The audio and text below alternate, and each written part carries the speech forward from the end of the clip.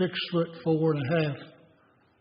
130 pounds, 40 on his good days, make it to a semi-god for the American people. Read years ago that civil religion has provided us with interesting notions. George Washington was the Moses. Abraham Lincoln was the Jesus Christ. High holy days are Super Bowl. And you can go on, let your imagination go with that. I came up with Teddy Roosevelt as Paul, or Woodrow Wilson, who distorted an image and created an empire that was America, and moved from being a raucous, participatory democracy. Granted, only white men, but you got the premise, okay? It's a work in progress. All life is a work in progress. Well, my reasonable spirituality seminar on Saturday has been a whole lot of fun. And basically, I've just been doing catch as catch can each theme, because I don't like syllabuses, and I don't like, orders of service, really. Who are we right now? So we've been looking at and exploring a little bit what ancestry means. Because right now I'm working under the premise that we are a kingdom possible. Life is all related, all is wholesome, all is one. There's no divisions. They're just wonderful, different, varied specimens of life. And somehow, thus far, it's sort of worked out. Individual lives end, but life keeps going on. And we create our stories and our images to help explain that to us. I did a little research on Brother Abe. He was the second child. Baby brother died at 3. Sarah would die in her 20s, his older sister. And Mama would die when he was 9. And Daddy was a mean, strict Baptist. And the only love he got in his life, his formative years, were from women. And the narrative I read, or the research I read, said his mother's mother was probably illegitimate. Born on the wrong side of the sheet, a Sparrow family in Virginia. And Mary Hanks, Nancy Hanks, Abe's mother knew that. And the will and the kindness he got from his women around him.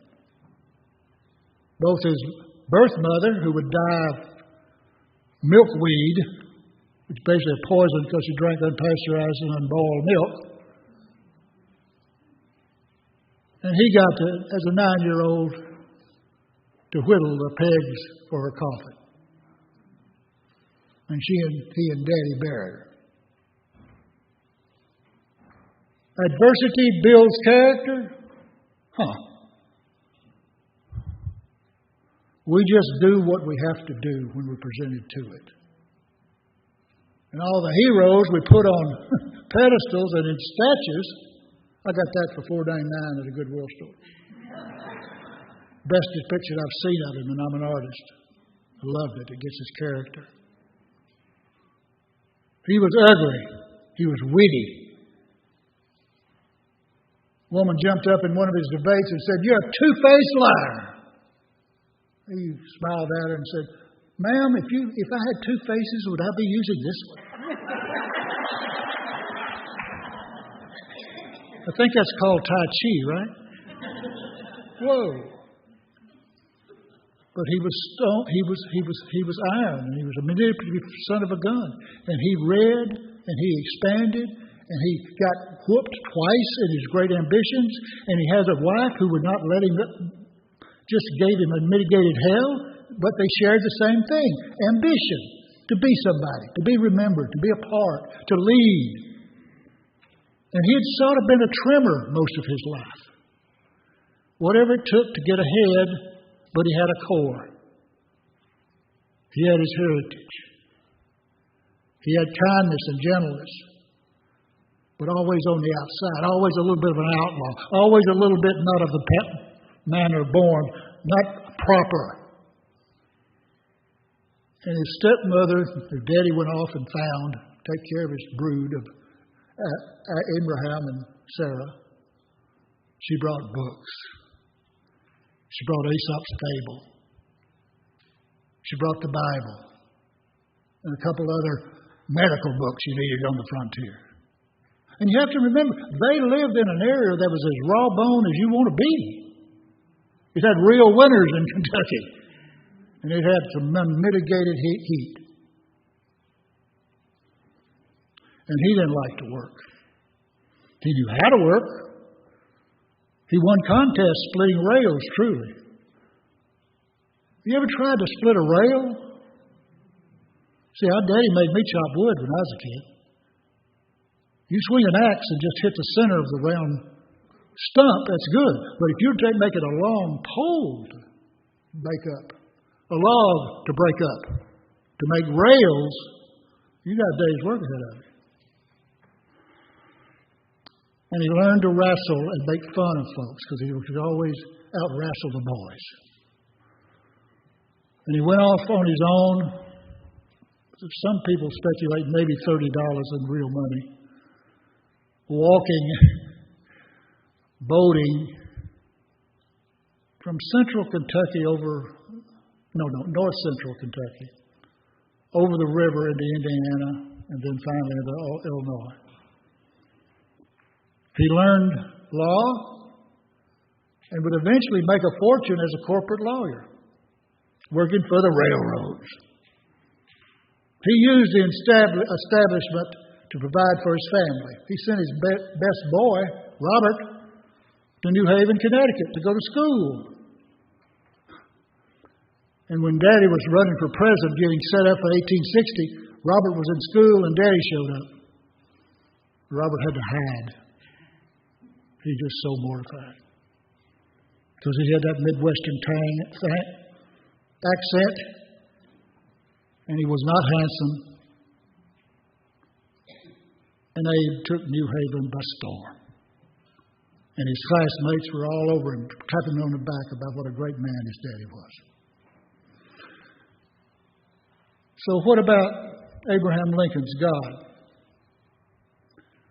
Abraham Lincoln deserves a place in the pantheon of American goddesses and gods. Because he knew what hell was and lived in it and made it work for himself and then cleaned up the house. Now, don't get me wrong. Abraham Lincoln was a white supremacist when he got elected president. And his job was to end slavery moving. He didn't care about the South.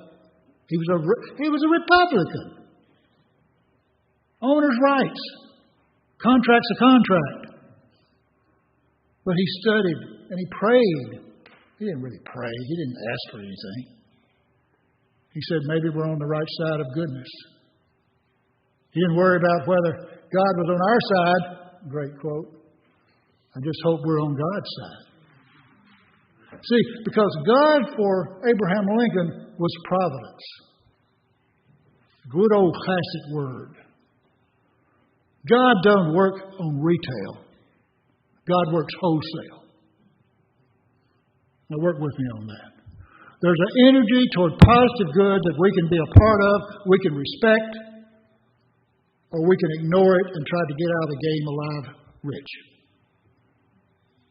Providence is an arc of justice, an arc of fairness, an arc of history that has to move through evil, has to move through mistakes, has to move through distorted understandings of what goodness is. It's a moral, ethical, virtuous understanding. And Lincoln finished that war knowing that it was a righteous cause. And he moved past saving the Union. He moved past solidifying trade, making commerce work. But his little engine of ambition that his partners talked about had found a place to go. And that is a more just, a more fair, a more equitable society. And they killed him for it. We always kill the saviors. Remember, study your history. Can't do that anymore, man. We got to get rid of you. You're either going to die by rejection, or we're going to die by bullets and violence. Now, I've gotten entirely too serious here. So I want to tell you about an adventure I got into. I've lived and breathed history most of my life. And I discovered about 30 years ago an author named Harry Turtledove. And it was a happening thing, alternative history. Now, Harry Turtledove has a PhD in medieval history. And he's been writing alternative history for at least 30 years. His second book was So Few Remain. And the premise is that the South wins the Civil War. Lincoln is defeated, not killed. From the Confederacy winning the Civil War, he proceeds to the next 20 books, getting us to World War I. Now, I won't get you in deep there because we're getting long here, but I'll give you the story that I just loved. I looked it up again this morning to make sure I had remembered it right, that I had remembered it right. So what does Lincoln do if he's still alive? Well, the Democrats get, driven out as a political party. Anyway, I won't get into detail. Lincoln lives, starts reading Marx and Engels, gets on the railroads and goes west and basically recreates the Republican Party. Because it's in shambles now, see? Because they fought for the slaves and they lost. And the South went on its way and established a slaveocracy that continues for another 20 years. It's embellished wonderfully, guys. It's a fun trip. But what struck me, Harry Turtledove's projections and Harry Turtledove's insight to the spirit of the man, he became a socialist. And he moved to the West and organized the Socialist Party to take up the role of the Republican Party. And the Republican Party of his youth became the Party of Liberation with a good populist program. Laborers and immigrants and all of the good things. All the ideals we have of what a just world will be. Abraham Lincoln's God was the goodness that he found in his heart. And his mama's bequeathed him. And when he went to New Orleans and saw him selling people as a 19-year-old young man. And that's why people who go to war and people who go to hell come back, no matter what it might be. Sickness, whatever. I got a heart transplant. It's all gravy. Anything you can do to me. Or the politicians. Short of, killing me or imprisoning me, and I'm going to stay edgy. The holy moves through the ordinary. Present in this room, present in our lives. And it doesn't intend us ill. It doesn't send us to hell. It doesn't have us accepting what's going on as acceptable.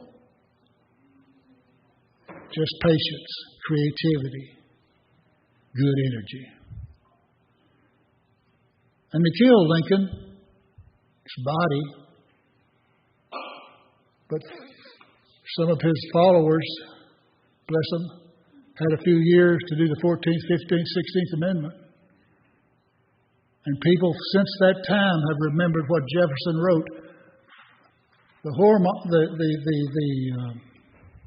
immoral Thomas Jefferson, slaver and exploiter of slaves. Recast some of the Enlightenment language. All people are born free. all life comes free. It's all our distortions that mess it up. Freedom is the beginning of hope, the foundation of faith, and the heaven we hope for. Amen.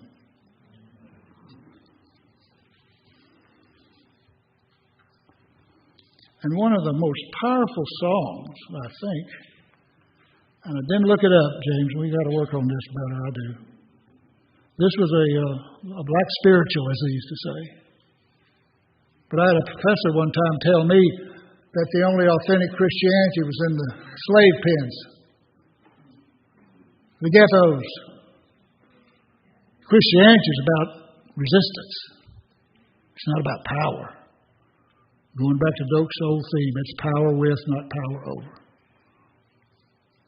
And we can be agents of that goodness.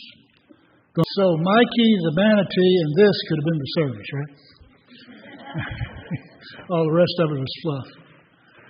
Be good to yourselves this week. Remember, the rainbow has many colors, and your neighborhood has many colors, and our world has many languages, and it has hurt and it has joy. And it is a pleasure for us to be able to participate in all of it.